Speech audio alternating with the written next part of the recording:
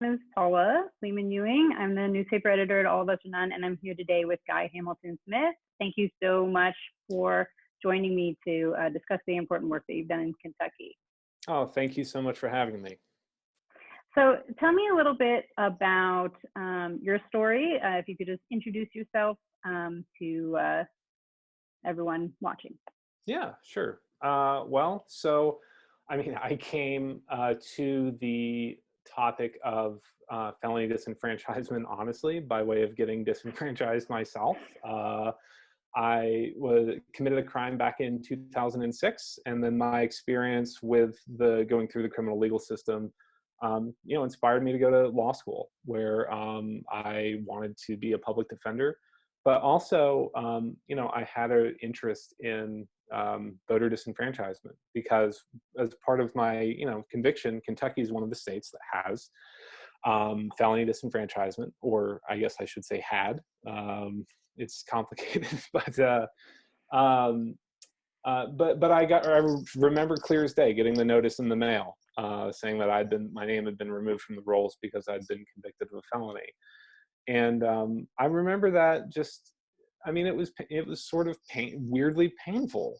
I didn't really anticipate it being something I would care about, but I kept it sort of in the back of my head all the way through law school. And I had an opportunity to do an independent study with a law professor at the University of Kentucky, Joshua Douglas, who focuses on election law.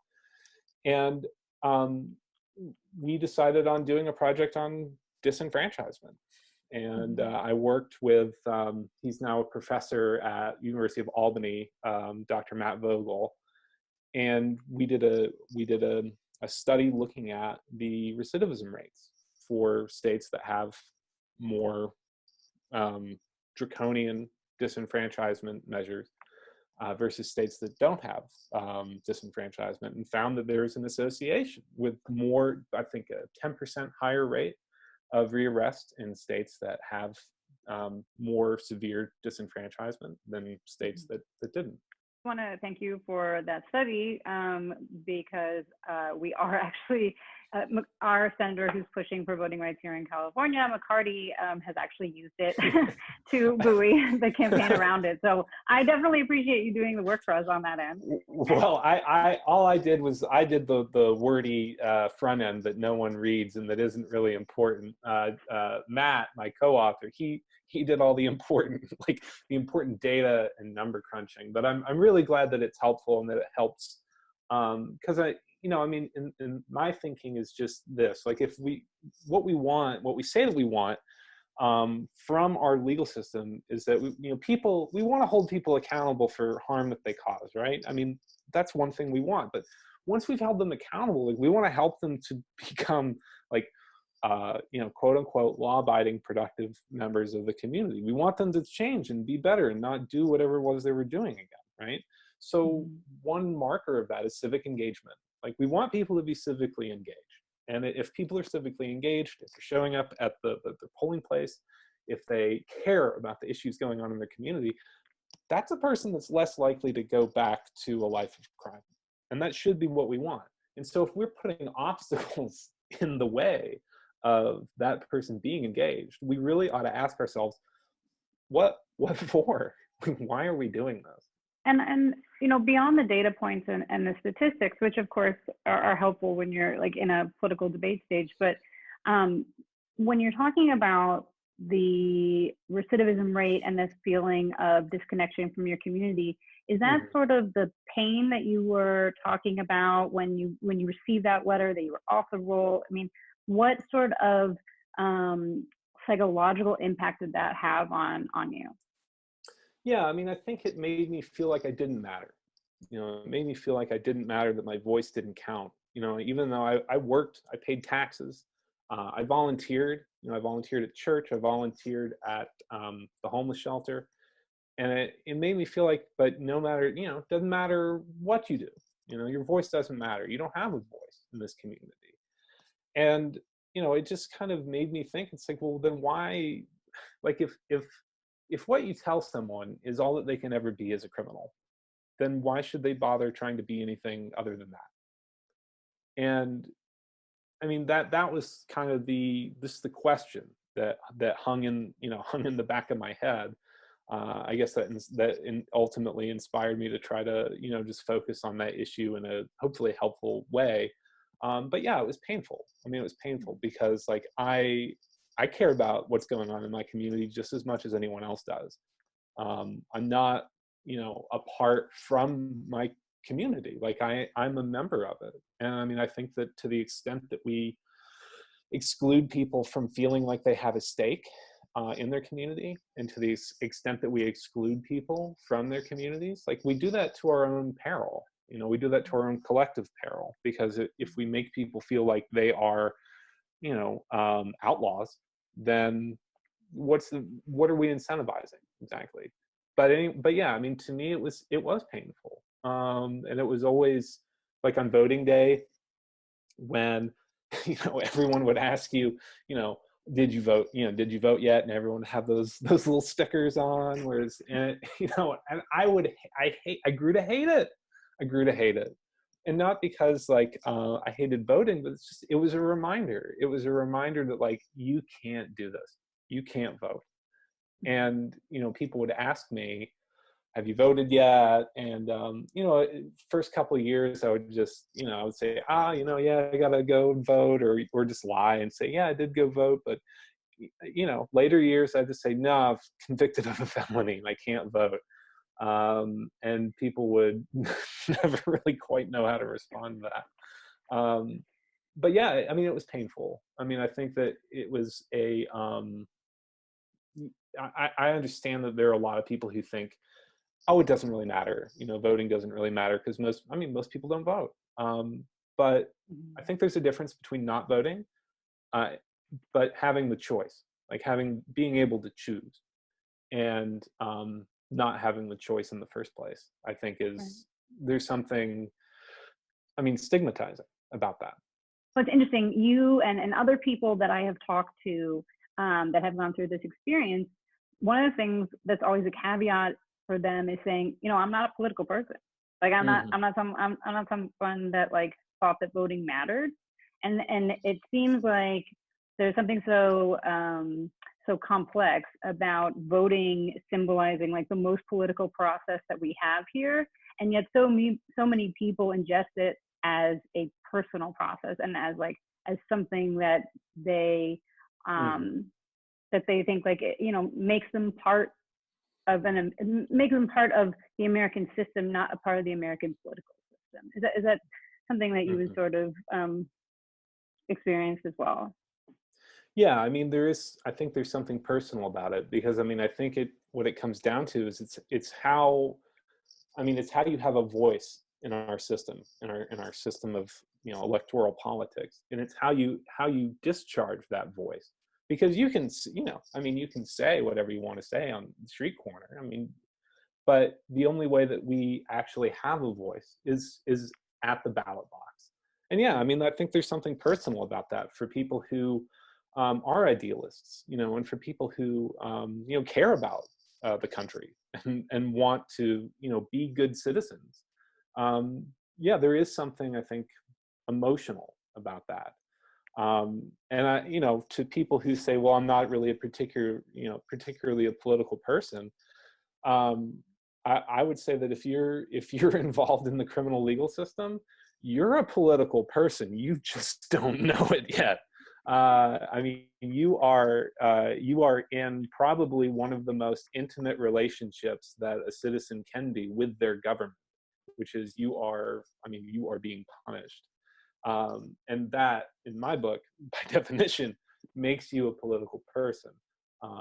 It's just a matter of whether or not you're gonna, say or do anything about it. So the other thing that I wanted to ask you about was, moving away from like when you got the letter and then when you were able to register.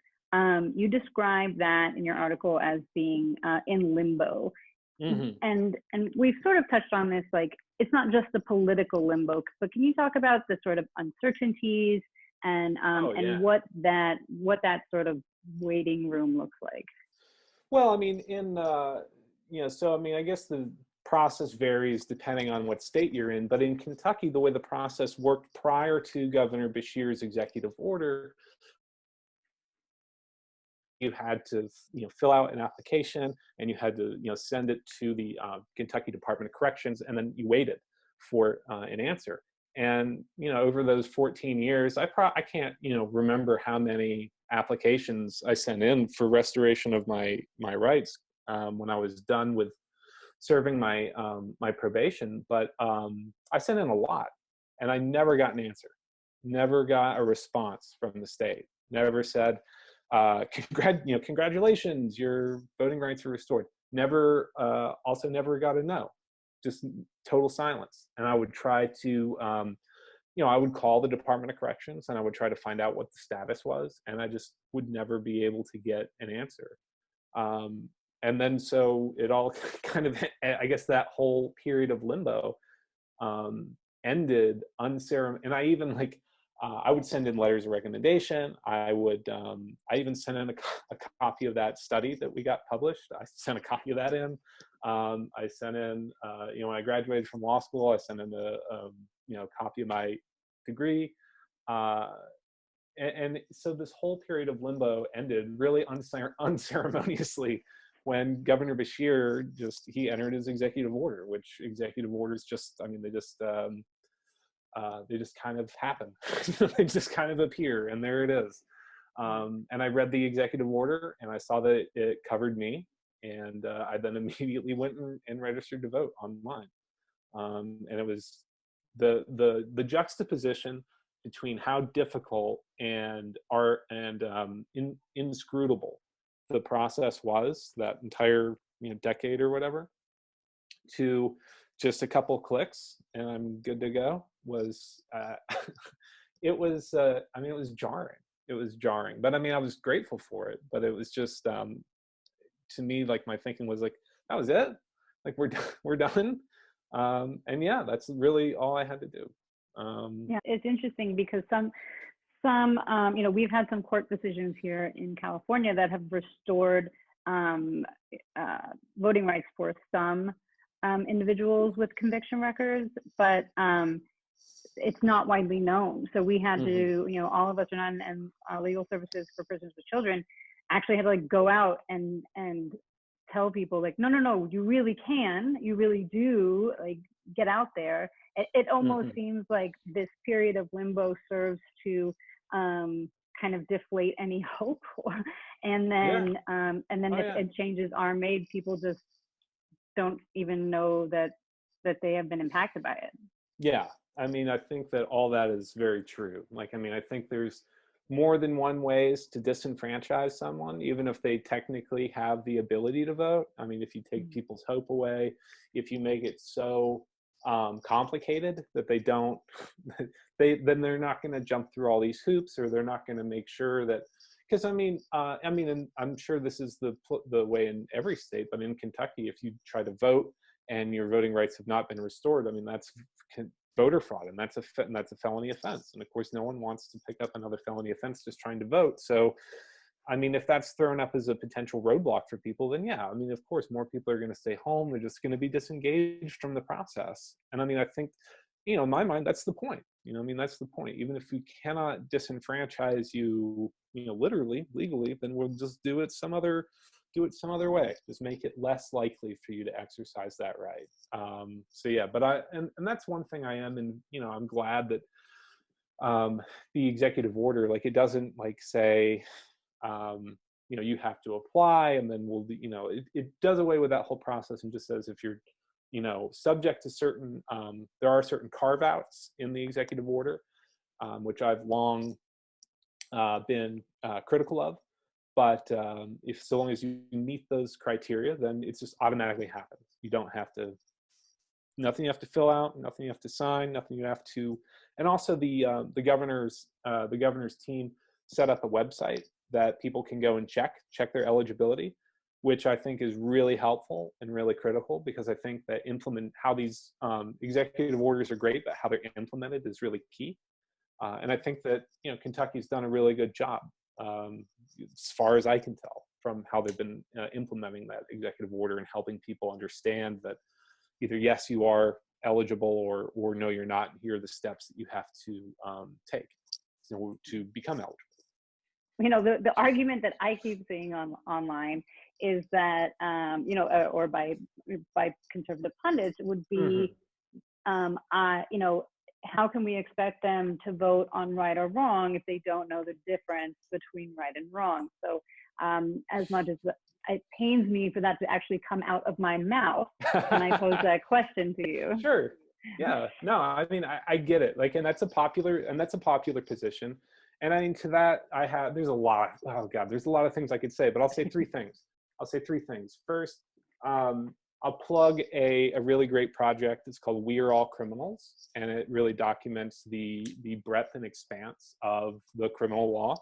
And their tagline, which I steal here for this point, is 1 in 4 Americans have a criminal record, but 4 in 4 Americans have a criminal history.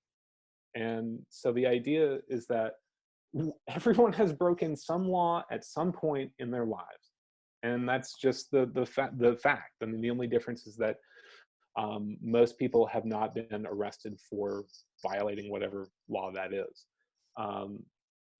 So I think that people who adopt that line of reasoning, they don't know like how broad the criminal law is.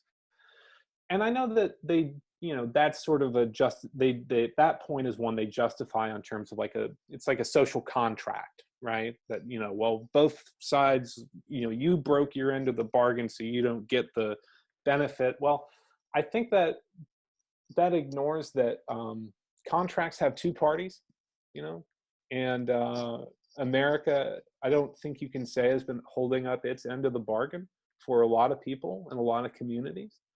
And so I'm not sure that I find like that kind of a social contract justification for taking away someone's right to vote as being, compelling. And then there's a third point. There's a third point here, and it's that it's not constitutional to take someone's right to vote away because you think they're going to vote the wrong way. I mean, the Supreme Court has ruled on that. I think the case is Carrington v. Rash, where you can't fence someone's ability to vote out based on how you think they might or might not vote. If people want to elect, I mean, the joke is always that, well, people are going to elect Crime Man. Well, if they want to elect Crime Man, then guess what? That's democracy. Run a better candidate than Crime Man, please. But you can't take people's right to vote away just because you disagree with how they're going to vote, right? I mean, that's, I think, a pretty foundational premise of democracy. And also one that, happily enough, the Supreme Court has said you cannot actually do. It's not constitutional. So I just don't think that I understand that that's a popular point that a lot of people make. I don't find it particularly compelling to me. We started this conversation talking about you receiving a letter that you're off the voter roll and the pain that that inflicted. Tell me about the day that you saw the executive order. I mean, I guess it was more emotional than I thought it was going to be too. I honestly didn't think I would care. I really didn't think I would. I spent so many years, trying to not care, or trying to pretend like I didn't care, and trying to pretend like it didn't matter to me personally. And then when it finally did happen, I mean, I cried. I broke down and I cried. I didn't anticipate that happening. I didn't, it just sort of came out of the blue. This long slog of, I guess it was 14 years from the date of my, 13 years rather, from the 14 years from my arrest, 13 years from my conviction, and then 10 years from when I was off probation and was ineligible. So I guess it was 10 years. But this 10-year slog, it was finally over. And I cried. I was grateful. And I mean, I wasn't Governor Beshear's biggest fan going into this whole thing. but I was certainly, I think he certainly did a good thing here. And I think he, I got to say, he's also been, I've been slowly becoming a Beshear fan for his handling of this whole pandemic. But I'll say that, yeah, I was really grateful to him for that executive order. I mean, I think a lot of people were too. And then last question, come November, are you voting for Crime Man or someone else? Probably someone else. I mean, Okay, so not Crime Man. not Crime Man. Yeah. I mean, but that's the thing though. If it gets to the point where, we're running, I guess you could probably look around and look at who we have in our highest offices in this land, and you could think we have already elected Crime Man. But, you know, yeah, I'll probably not vote for Crime Man this November.